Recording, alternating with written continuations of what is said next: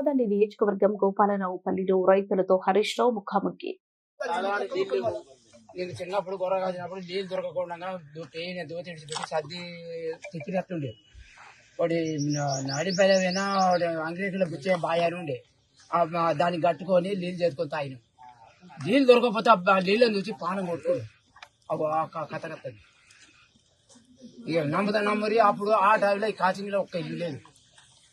నీళ్ళు దొరకకపోతే పత్తికుంట పోయిన నీళ్ళు గొర్ర కొట్టుకోకపోతే వాళ్ళు ఒడ్నాలు తడి విడిచిపెట్టారు. లజవుడు అప్పుడు మీసిన పొరాళ్ళు వెనకటి కాలం అయ్యో అలాంటి పెద్ద కోపం అతను కొడతారో చేస్తారో అని చెప్పి కాలం వస్తుంది. అది కాలం వస్తుంది. ఇప్పుడు రాని సార్ మీరే ఇప్పుడు వచ్చింది నీళ్ళు